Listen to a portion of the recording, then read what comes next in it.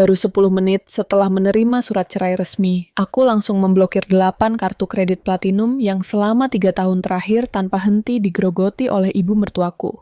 Kira-kira, bagaimana nasib mereka yang saat ini sedang sibuk pamer dan menandatangani berkas di kantor pemasaran apartemen mewah senilai 1 miliar rupiah ketika seluruh kartu andalan mereka tiba-tiba ditolak satu persatu di depan banyak orang? Aku Keisha. Kalimat itu terucap lirih di dalam hatiku, bukan sebagai sebuah perkenalan kepada dunia, melainkan sebagai sebuah pengingat bagi diriku sendiri. Pengingat bahwa setelah 3 tahun terjebak dalam labirin pernikahan yang semu, aku akhirnya berhasil menemukan jalan keluar. Aku kembali menjadi diriku sendiri. Siang itu, matahari Jakarta terasa membakar kulit, tetapi hawa dingin dari mesin pendingin di koridor pengadilan agama seolah membekukan waktu. Di tangan kananku, selembar kertas berkekuatan hukum terlipat rapi. Akta cerai, sebuah dokumen tipis yang menjadi bukti otentik bahwa hubunganku dengan Ari telah resmi kandas. Tidak ada air mata yang jatuh. Tidak ada sesak di dada yang biasanya dirasakan oleh wanita yang baru saja menyandang status janda. Yang tersisa di dalam rongga dadaku hanyalah sebuah kelegaan yang luar biasa besar, seolah-olah sebuah batu seberat bertonton yang selama ini menghimpit napasku baru saja diangkat paksa. Aku berjalan menuruni undakan tangga gedung pengadilan dengan langkah yang mantap. Setiap ketukan sepatu hak tinggiku di atas lantai marmer terdengar seperti simfoni kemenangan. 3 tahun lalu, aku memasuki kehidupan Ari dengan ketulusan seorang wanita yang percaya bahwa cinta adalah tentang pengorbanan dan saling menopang. Namun, apa yang kupikir sebagai menopang, ternyata adalah sebuah eksploitasi yang terstruktur rapi. Aku berhenti tepat di bawah bayangan pohon peneduh di pelataran parkir. Aku merogoh tas tangan, mengeluarkan ponsel pintar yang layarnya langsung menyala menampilkan beberapa notifikasi. Aku mengabaikan semuanya dan langsung membuka aplikasi M-Banking. Ini adalah momen yang sudah aku rancang dengan matang. Momen pembalasan yang elegan, tanpa teriakan, tanpa makian, melainkan sebuah tindakan tegas yang akan memotong urat nadi kemewahan palsu mereka. Aku masuk ke dalam menu pengaturan kartu. Di sana, berderet 8 nomor kartu kredit platinum tambahan. 8 kartu yang semuanya terikat pada rekening utama atas namaku, Keisha. Namun, pemilik asli yang menggunakannya untuk menggesek ratusan juta rupiah setiap bulannya adalah satu orang. Bu Laras, mantan ibu mertuaku. Ibu mertua yang sepanjang pernikahan selalu memandangku dengan tatapan merendahkan, seolah-olah aku hanyalah mesin pencetak uang yang beruntung bisa dinikahi oleh anak laki-laki kebanggaannya. Wanita yang tidak pernah absen meminta fasilitas nomor 1, mulai dari perawatan klinik kecantikan papan atas, tas-tas bermerek untuk dipamerkan di arisan sosialita, hingga tiket liburan kelas bisnis. Semua itu dibayar oleh keringatku. Wanita yang di rumahnya sendiri bahkan jarang diajak bicara dengan nada yang manusiawi. Jemariku bergerak tanpa keraguan sedikit pun. Satu persatu, aku menekan tombol blokir permanen pada kartu-kartu tersebut. Kartu pertama, blokir. Itu untuk biaya arisan berliannya.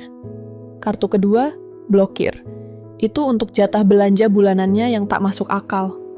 Kartu ketiga, blokir. Itu yang biasa dipakai Nadia, adik iparku, untuk membeli kopi mahal dan baju-baju desainer demi konten media sosialnya. Hingga kartu ke-8, semuanya tuntas dinonaktifkan. Layar ponselku berkedip, menampilkan status baru. Sesi pemblokiran berhasil. Aku mengembuskan napas panjang, membiarkan angin siang menghapus sisa-sisa kemarahan yang sempat terbersit. Selama 3 tahun ini, aku selalu dipojokkan dengan dalih bakti seorang istri. Ari selalu menggunakan kalimat sakti. Mereka keluargaku, Keisha. Kalau kamu mencintaiku, kamu harus menerima dan membahagiakan ibuku. Atas nama cinta yang buta, aku membiarkan diriku dipalak secara halus. Aku membayar cicilan rumah megah yang mereka tempati, melunasi cicilan mobil mewah yang dikendarai Ari, hingga menutup kerugian bisnisnya yang mencapai 500 miliar rupiah karena ia tidak becus mengelola keuangan. Aku adalah fondasi dari istana pasir yang mereka bangun. Dan hari ini, Aku memilih untuk meruntuhkan istana itu dengan satu sentuhan jari. Aku tahu betul jam berapa sekarang. Ini jam 1 siang. Jika jadwalku tidak salah, dan aku jarang sekali salah, saat ini Bularas, Ari dan Nadia sedang berada di sebuah kantor pemasaran apartemen mewah di pusat kota. Hari ini adalah batas akhir pelunasan unit apartemen yang dibeli atas nama Nadia. Sebuah hadiah kelulusan mewah yang dipaksakan, yang tentu saja rencananya akan dilunasi menggunakan kartu kreditku. Mereka mengira aku akan tetap diam dan pasrah, meskipun ikatan pernikahan ini telah putus di depan hakim 1 jam yang lalu. Mereka berpikir aku terlalu lemah untuk melawan. Aku memasukkan kembali ponselku ke dalam tas dengan senyuman tipis yang mengembang di bibir. Keisha yang penurut, Keisha yang selalu mengalah demi kedamaian rumah tangga, telah mati bersama dengan ketukan palu hakim di dalam ruangan sana. Kini, yang tersisa adalah Keisha yang sadar akan harga dirinya. Aku melangkah menuju mobilku, menyalakan mesin, dan bersiap untuk menyaksikan bagaimana menara kartu yang mereka banggakan roboh berantakan.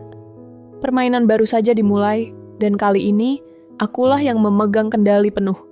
Aku bisa membayangkan dengan sangat jelas apa yang sedang terjadi di pusat kota saat ini. Sebuah bioskop mini di dalam kepalaku memutar adegan demi adegan yang begitu presisi, seolah-olah aku sedang berdiri di sana, menyaksikan langsung bagaimana benalu-benalu itu mulai kepanasan. Di sebuah kantor pemasaran apartemen mewah yang dilapisi marmer mengilap dan lampu gantung kristal, 3 orang itu pasti sedang duduk di sofa beludru premium. Bularas, dengan sanggul rapi dan senyum pongah yang tak pernah lepas dari bibirnya, pasti sedang sibuk memamerkan menantu fiktifnya kepada para agen properti. Di sampingnya, Nadia, sang adik ipar, sibuk mengambil foto estetis dari brosur apartemen seharga 1 miliar rupiah itu untuk diunggah ke media sosialnya dengan takarir bernada tinggi. New chapter, new investment. Sementara Ari, lelaki yang baru 1 jam lalu resmi menjadi mantan suamiku, duduk dengan dada membusung, merasa menjadi pahlawan keluarga yang sukses menyenangkan adiknya. Mereka merasa berada di atas angin. Hari itu adalah batas waktu terakhir, pukul 4 sore, untuk melunasi pembayaran unit apartemen impian Nadia. Jika tidak, uang muka puluhan juta yang sudah masuk akan hangus. Dan unit strategis di lantai atas itu akan dilempar ke pembeli lain. Tapi mengapa mereka harus cemas? Di dalam dompet kulit buatan desainer milik Bularas, ada 8 senjata pemusnah massal yang siap digesek kapan saja. Kartu-kartu sakti yang mereka pikir adalah sumur tanpa dasar. Ponselku yang kuletakkan di dashboard mobil tiba-tiba bergetar kuat. Sebuah notifikasi dari sistem keamanan perbankanku muncul. Gagal melakukan transaksi di merchant. PT Jakarta Prima Property. Alasan, kartu diblokir. Aku menyunggingkan senyum kemenangan di balik kemudi. Drama di seberang sana resmi dimulai. Silakan, dicoba lagi mbak. Mungkin mesin EDC Anda yang rusak. Aku bisa mendengar suara Bularas yang meninggi, ketus dan penuh keangkuhan. Persis seperti caranya berbicara padaku jika makan malam yang kusediakan kurang sesuai selera lidahnya. Ia pasti mengangsurkan kartu kedua dengan kibasan tangan yang meremehkan. Bip, ditolak. Kartu ketiga. Bip, ditolak. Kepanikan itu pasti mulai menjalar seperti racun yang pelan tapi pasti. Senyum di wajah Nadia perlahan pudar, digantikan oleh gurat kecemasan yang mendalam. Agen properti yang semula melayani mereka dengan membungkuk hormat, kini pasti mulai mengubah gestur tubuhnya menjadi lebih kaku dan curiga. Di dunia mereka, penampilan adalah segalanya, dan ditolak oleh mesin EDC sebanyak 3 kali berturut-turut adalah sebuah penghinaan kelas berat terhadap harga diri yang mereka agungkan. Ari, bagaimana ini? Telepon Keisha sekarang. Kenapa kartu-kartu ini tidak bisa digunakan? Bularas pasti mulai berteriak panik, mengabaikan tatapan mata orang-orang di sekitar koridor kantor pemasaran yang mulai berbisik-bisik. Baginya, penolakan ini bukan sekadar masalah gagal membeli properti, melainkan runtuhnya fasad sosialita yang selama 3 tahun ini ia bangun di atas keringatku. Ari, si anak berbakti yang tidak pernah punya pendirian, pasti langsung merogoh sakunya dengan tangan gemetar. Ia terbiasa hidup dalam kenyamanan yang kusediakan, tidak pernah tahu bagaimana rasanya dikejar tenggat waktu finansial yang mencekik. Karena selama ini, akulah yang selalu berdiri di depan sebagai perisai. Ponselku di dashboard kembali bergetar. Kali ini sebuah panggilan masuk. Nama Ari berkedip-kedip di layar, memohon untuk diangkat. Aku sengaja membiarkannya berdering hingga panggilan itu mati dengan sendirinya. Sengaja aku beri mereka waktu beberapa menit lagi untuk merasakan bagaimana rasanya berada di ambang kehancuran, merasakan bagaimana rasanya ketika fondasi finansial yang mereka injak tiba-tiba lenyap seperti asap. Mereka harus tahu bahwa mulai detik ini, tidak ada lagi Keisha yang akan mentransfer uang ratusan juta dalam sekali kedipan mata demi menjaga nama baik keluarga mereka. Menara Gading yang mereka tempati selama ini ternyata hanyalah sebuah ilusi yang kubuat, dan kini aku baru saja menekan tombol untuk meruntuhkannya hingga rata dengan tanah. Ponselku di dashboard mobil bergetar untuk yang kelima kalinya. Nama Ari terus berkedip, seolah memancarkan aura kepanikan yang akut dari seberang sana. Aku menepikan mobil di bahu jalan yang teduh, menarik napas dalam-dalam untuk mengumpulkan seluruh ketenangan, lalu menggeser tombol hijau. Aku menempelkan ponsel itu ke telinga tanpa mengucap sepatah kata pun. Aku sengaja membiarkan keheningan di pihakku menjadi siksaan pertama untuknya. Keisha, kamu di mana sih? Kenapa telepon dari tadi tidak diangkat? Suara Ari langsung menyalak, meninggi dan syarat akan tuntutan yang egois. Tidak ada lagi sisa-sisa wibawa seorang pria, yang terdengar hanyalah kepanikan seorang anak manja yang mainannya tiba-tiba direbut. Kamu tahu tidak, ibu sedang malu setengah mati di kantor pemasaran. Kenapa semua kartu kredit ibu diblokir? Buka sekarang juga, Keisha. Nadia harus melunasi apartemennya sebelum jam 4 sore, atau unitnya hangus. Aku mendengarkan rentetan kalimat itu dengan senyum tipis yang dingin. Sungguh luar biasa, bagaimana seorang pria yang baru 1 jam, lalu menandatangani akta cerai, masih merasa memiliki hak untuk memerintahku seperti seorang pelayan. Kartu-kartu itu tidak rusak, Ari. Aku yang memblokirnya sengaja, dan selamanya tidak akan pernah dibuka lagi. Jawabku dengan nada suara yang sangat datar, terukur, dan tanpa riak emosi sedikit pun. Keheningan sempat tercipta selama beberapa detik di seberang sana. Ari seolah tersedak oleh suaraku yang begitu asing di telinganya. Selama 3 tahun ini, ia hanya mengenali Keisha yang bersuara lembut. Keisha yang selalu berkata, "Iya mas, nanti aku transfer." Atau Keisha yang selalu mengalah setiap kali ia membawa-bawa nama ibunya. "Kamu gila ya?" Nada suara Ari naik 1 oktav, bergetar antara marah dan tidak percaya. "Itu fasilitas untuk ibuku. Kamu tidak bisa semena-mena begitu. Biar bagaimanapun, mereka itu keluargamu. Mantan keluargamu, Ari. Tolong perbaiki istilahmu." Koreksiku tajam, memotong kalimatnya sebelum ia bertindak lebih jauh. Dan mari kita luruskan satu hal lagi yang sepertinya otak jeniusmu lupa. Kartu-kartu itu bukan fasilitas untuk ibumu. Kartu-kartu platinum itu terdaftar atas nama Keisha, menggunakan limit dari rekening pribadiku, dan dibayar menggunakan uang hasil kerja kerasku sendiri dari pagi hingga malam. Tidak ada sepeser pun uangmu atau uang ibumu di sana. Tapi, kamu sudah janji untuk membahagiakan keluargaku saat kita menikah. Ari mulai menggunakan tameng lamanya, retorika usang tentang bakti dan pengorbanan, yang dulu selalu berhasil membuatku merasa bersalah. Aku terkekeh sinis, sebuah tawa yang lahir dari luka mendalam, yang kini telah mengering dan mengeras menjadi batu. Membahagiakan, katamu? Ari, selama 3 tahun ini aku tidak sedang membahagiakan keluargamu.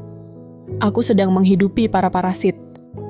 Aku memajukan posisi dudukku, mencengkeram kemudi dengan 1 tangan, sementara suaraku menuntut perhatian penuh darinya.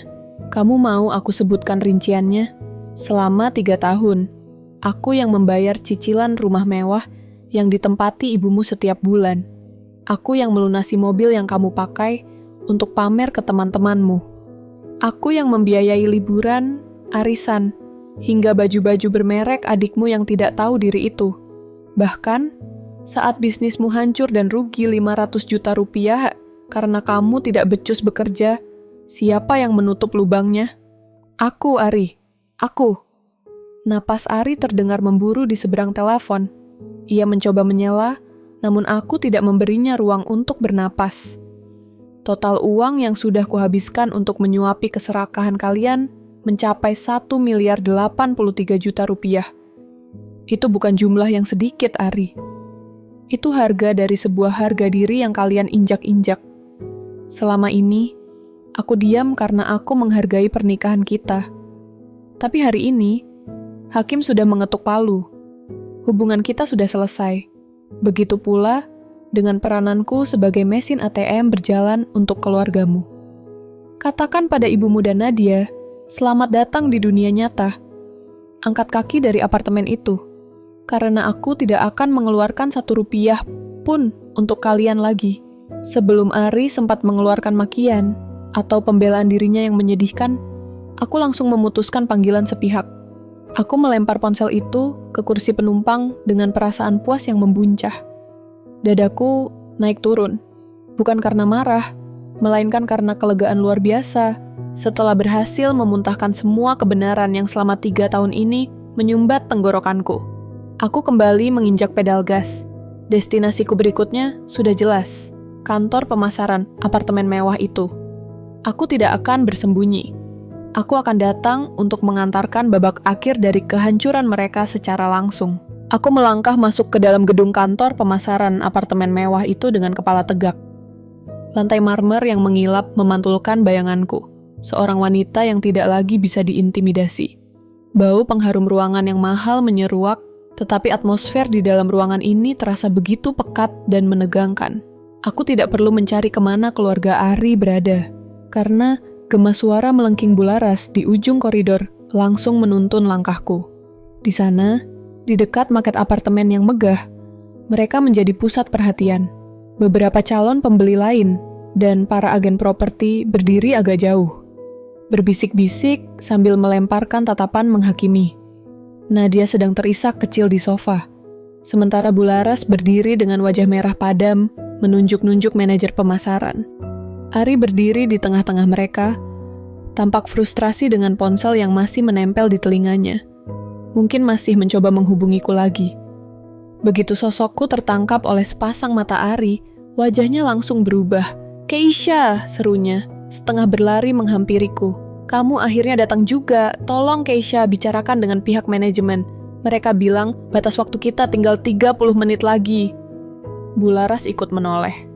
Alih-alih merasa bersalah, wajah tuanya justru mengeras penuh amarah yang meledak-ledak. "Menantu durhaka!" Makinya tanpa tahu malu. Suaranya menggema di koridor. "Kamu sengaja mempermalukan ibu di depan umum, ya? Di mana sopan santunmu? Tegas-tegasnya kamu memblokir kartu itu di saat kami sedang butuh. Kamu mau membuat adik iparmu kehilangan harga dirinya?" Aku berhenti tepat 3 langkah di hadapan mereka. Tidak ada getaran ketakutan di tubuhku. Aku merogoh tas tangan, mengeluarkan sebuah map hitam tebal yang sudah kusiapkan sejak semalam. Dengan gerakan tenang namun penuh penekanan, aku menjatuhkan map itu ke atas meja kaca di depan Bularas. Bunyinya yang berdentum pelan, seolah membungkam makian wanita itu. "Aku datang ke sini bukan untuk membayar sepeser pun, Bularas," kataku, memastikan setiap kata keluar dengan artikulasi yang jelas dan dingin. "Aku datang untuk menyerahkan ini." Di dalam map itu, ada rincian tertulis yang dicetak langsung dari rekening koranku selama 3 tahun terakhir. Cicilan rumah yang ibu tempati, mobil yang kalian kendarai, biaya arisan, liburan, hingga kerugian bisnis anak laki-laki kebanggaan ibu. Semua tertera di sana, lengkap dengan tanggal dan nominalnya. Aku menatap Nadia yang tangisannya langsung terhenti, lalu kembali menatap Bularas. Totalnya 1.083 juta rupiah. Itu adalah uangku yang kalian habiskan demi gengsi palsu ini. Hari ini, aku tegaskan di depan semua orang di ruangan ini, aku tidak akan lagi menjadi sapi perah kalian. Hubungan kita sudah selesai sejak ketukan palu sidang 1 jam yang lalu. Kamu keterlaluan. Menantu tidak tahu untung. Ari yang menaikkan derajatmu dengan menikahimu. Bularas berteriak histeris. Wajahnya bergetar menahan malu karena para tetangga dan kenalan sosialitanya yang kebetulan ada di sana mulai berbisik semakin keras. Kamu sengaja membuat cerita bohong untuk menjatuhkan nama baik keluarga kami. Siapa yang membuat cerita bohong? Sebuah suara bariton yang familiar dan penuh wibawa tiba-tiba menginterupsi dari arah pintu masuk koridor. Aku menoleh dan seketika merasakan kehangatan menjalar di dadaku.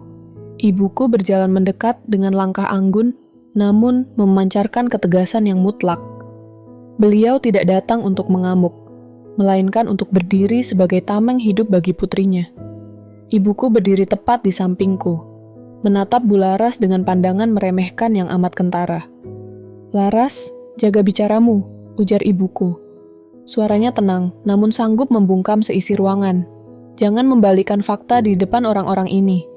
Jika ada yang menaikkan derajat di sini, itu adalah putriku, Keisha, yang sudah sudi menghidupi keluarga pemalas seperti kalian selama 3 tahun. Ibuku berbalik menghadap orang-orang yang menonton di koridor, lalu berbicara dengan lantang. "Buka mata kalian semua. Keluarga ini berlagak kaya dengan menggunakan keringat anak saya. Mereka yang berutang miliaran rupiah pada putri saya. Dan sekarang, setelah diceraikan karena ketidakbecusan anak laki-lakinya, mereka masih berani menuntut kemewahan. Menjijikan." Wajah Bularas mendadak pucat pasi.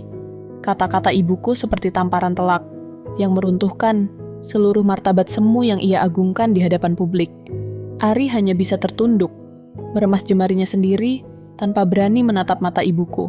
Sementara Nadia menyembunyikan wajahnya di balik tas, menangisi kehancuran impiannya, yang kini telah menjadi tontonan memalukan bagi seluruh orang di koridor itu. Suasana di koridor kantor pemasaran itu mendadak hening, mencekam seperti area pekuburan setelah badai berlalu. Kata-kata ibuku masih menggantung di udara, menampar wajah tebal Bularas dan membungkam sisa-sisa keangkuhan mereka.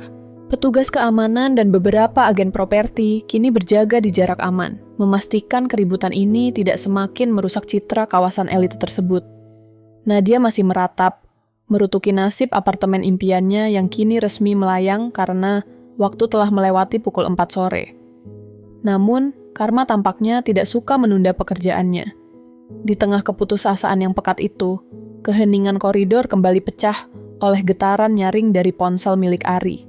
Suara itu terdengar begitu bising di antara bisik-bisik orang di sekitar kami. Ari merogoh saku celananya dengan tangan yang gemetar hebat. Ia melihat layar ponselnya, dan aku bisa menangkap gurat kebingungan sekaligus ketakutan yang mendalam di wajah mantan suamiku itu. Nomor asing. Dengan bodohnya, mungkin berharap itu adalah keajaiban dari salah satu temannya yang berniat meminjamkan uang. Ari menekan tombol jawab dan mengaktifkan pengeras suara. Sebuah keputusan fatal yang akan menghancurkan sisa-sisa dunianya. "Halo Ari, akhirnya kamu angkat juga teleponku." Suara seorang wanita dari seberang sana terdengar melengking, manja, namun penuh tuntutan. Suara itu bukan milikku, dan jelas bukan suara siapapun yang dikenal oleh Bularas. "Siapa ini?" tanya Ari. Suaranya tercekat di tenggorokan. Ia buru-buru ingin mematikan pengeras suara, tetapi jemarinya yang basah oleh keringat dingin justru membuat ponsel itu hampir terjatuh. "Jangan pura-pura lupa. Ari, ini Vania." Suara wanita bernama Vania itu kini terdengar menuntut, bergema dengan sangat jelas di koridor yang sepi. "Mana janji kamu yang katanya mau mentransfer sisa uang 100 juta untuk DP mobil baruku hari ini? Kamu bilang istrimu yang bodoh itu tidak akan pernah tahu karena kamu selalu punya cara untuk mengambil uang dari rekeningnya. Sekarang dealer sudah menagihku, Ari. Jangan hilang tanggung jawab ya setelah semua yang kita lakukan." Pelak. Suara hantaman yang keras memotong kalimat Vania di telepon. Bularas, dengan mata yang hampir keluar dari rongganya dan napas yang memburu, baru saja melayangkan tamparan keras tepat di pipi kanan Ari. Ponsel di tangan Ari terlepas, jatuh menghantam lantai marmer hingga layarnya retak, memutuskan sambungan telepon itu seketika. Aku berdiri membeku, bukan karena terkejut oleh tamparan itu, melainkan oleh kebenaran menjijikan yang baru saja terungkap. Dadaku bergemuruh hebat, menahan rasa mual yang mendadak menyerang. 100 juta rupiah. Selama ini, Aku tahu Ari sering meminta uang tambahan dengan alasan modal bisnis atau kebutuhan mendesak ibunya. Dan aku selalu memberikannya karena percaya. Ternyata, di balik punggungku, pria yang kuhormati sebagai suami ini telah mengkhianati sakralnya pernikahan dan menguras uangku untuk membiayai wanita lain. Jadi selama ini, uang yang kamu minta dari ibu dengan alasan untuk modal usahamu, kamu pakai untuk perempuan jalang itu. Bularas berteriak histeris, suaranya melengking frustrasi. Solidaritas keluarga yang selama ini mereka banggakan runtuh seketika. Bularas tidak marah karena Ari berselingkuh. Ia marah karena uang yang seharusnya bisa dipakai untuk membiayai gaya hidupnya dan apartemen Nadia justru mengalir ke kantong wanita lain. Ari memegangi pipinya yang memerah, wajahnya pucat pasi bak mayat. Ia menatapku dengan tatapan memohon yang paling menjijikan yang pernah kulihat. Keisha, itu tidak seperti yang kamu dengar. Keisha, aku bisa jelaskan. Gumamnya terbata-bata, mencoba mendekatiku. Aku mundur satu langkah, menatapnya dengan pandangan paling rendah yang bisa kuberikan kepada seorang manusia. Jangan pernah sebut namaku lagi dengan mulut kotormu itu, Ari. Bisikku, suaranya bergetar bukan karena sedih, melainkan karena rasa muak yang tak tertahankan. Di saat yang sama, ponsel Ari yang tergeletak di lantai kembali menyala. Bukan panggilan telepon, melainkan sebuah notifikasi email masuk dari kantor tempatnya bekerja. Karena layarnya yang retak masih menyala, sekilas terlihat subjek email dengan huruf kapital yang tegas. Surat peringatan kedua, SP2, dan penurunan jabatan performa kerja.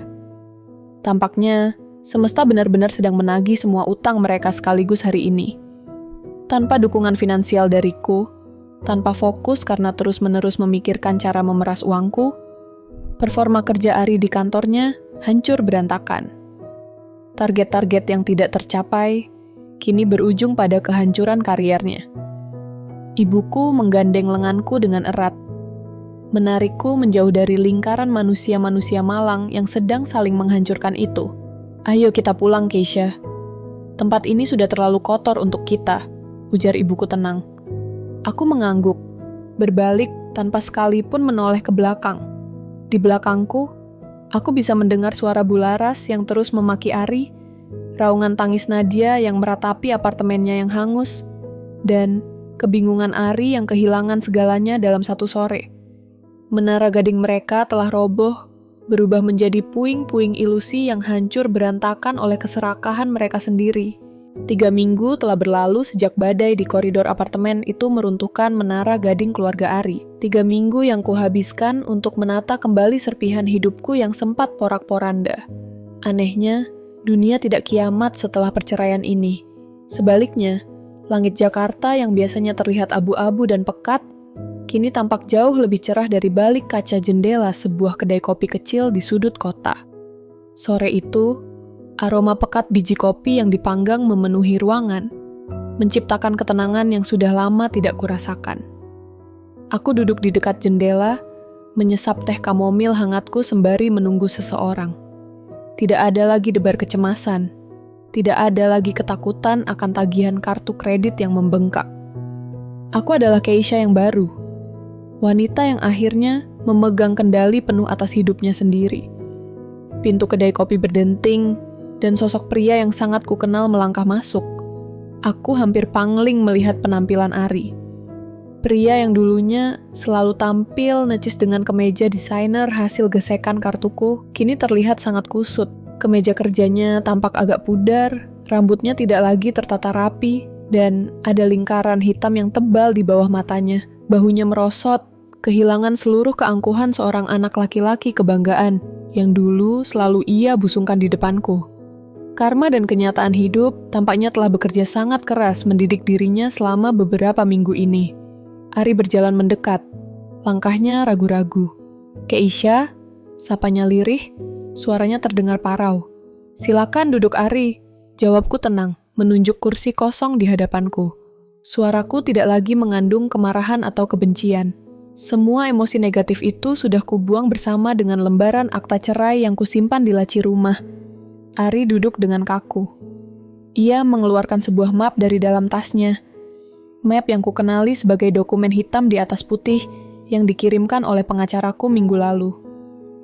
Sebuah surat pengakuan utang resmi yang mengikat secara hukum. Aku sudah membacanya, kata Ari, menatap dokumen itu dengan pandangan kosong. 1.083 juta rupiah, ditambah 100 juta yang kupakai dari rekeningmu tanpa izin. Aku akan menandatanganinya hari ini. Ia mengambil pena, lalu dengan tangan yang sedikit gemetar, Ari membubuhkan tanda tangannya di atas meterai. Dengan tindakan itu, ia resmi mengikat dirinya sendiri pada kewajiban untuk mencicil seluruh uang yang telah mereka peras dariku selama 3 tahun pernikahan, tanpa pembelaan, tanpa perlawanan. Keisha, Ari menaruh penanya, lalu menatap mataku dengan tatapan yang belum pernah kulihat sebelumnya. Tatapan yang tulus, tanpa manipulasi. Air matanya mulai menggenang di sudut mata. Aku tahu, kata maaf tidak akan pernah cukup untuk membayar semua penderitaan, penghinaan, dan pengkhianatan yang aku dan keluargaku lakukan padamu. Aku bodoh. Aku terlalu buta oleh ego dan pujian ibuku, sampai aku menghancurkan wanita yang tulus mencintaiku. Ia menundukkan kepalanya, menyembunyikan wajahnya yang mulai basah oleh air mata penyesalan. Maafkan aku, Keisha. Sungguh, maafkan aku. Aku menatap pria di depanku ini dengan perasaan yang datar. Rasa sakit itu pernah ada, bahkan sangat hebat hingga membuatku terbangun di tengah malam dengan dada sesak. Namun melihatnya hancur seperti ini, aku tidak merasa menang atau bersorak. Aku hanya merasa selesai. Aku memaafkanmu, Ari, ujarku pelan namun tegas. Aku memaafkanmu bukan karena apa yang kamu lakukan itu pantas dimaafkan, melainkan karena aku menyayangi diriku sendiri. Aku tidak ingin membawa dendam dan amarah terhadapmu ke dalam masa depanku. Aku mengikhlaskan masa lalu kita. Mulai hari ini, bayarlah cicilan utang itu sesuai kesepakatan, dan jangan pernah muncul lagi di kehidupanku. Aku menarik dokumen yang sudah ditandatangani itu, memasukkannya ke dalam tas, lalu berdiri. Aku meninggalkan beberapa lembar uang di atas meja untuk membayar minumanku. Tindakan terakhir yang menunjukkan bahwa aku tidak lagi berutang apapun pada masa lalu kami. Saat aku melangkah keluar dari kedai kopi, angin sore menyambutku dengan lembut. Aku tahu dari desas-desus kenalan lama bahwa kehidupan keluarga Ari kini berubah total. Mereka terpaksa menjual rumah mewah mereka untuk menutupi sebagian utang dan gaya hidup yang hancur. Bularas kini harus belajar berbelanja di pasar tradisional, tanpa kartu platinum.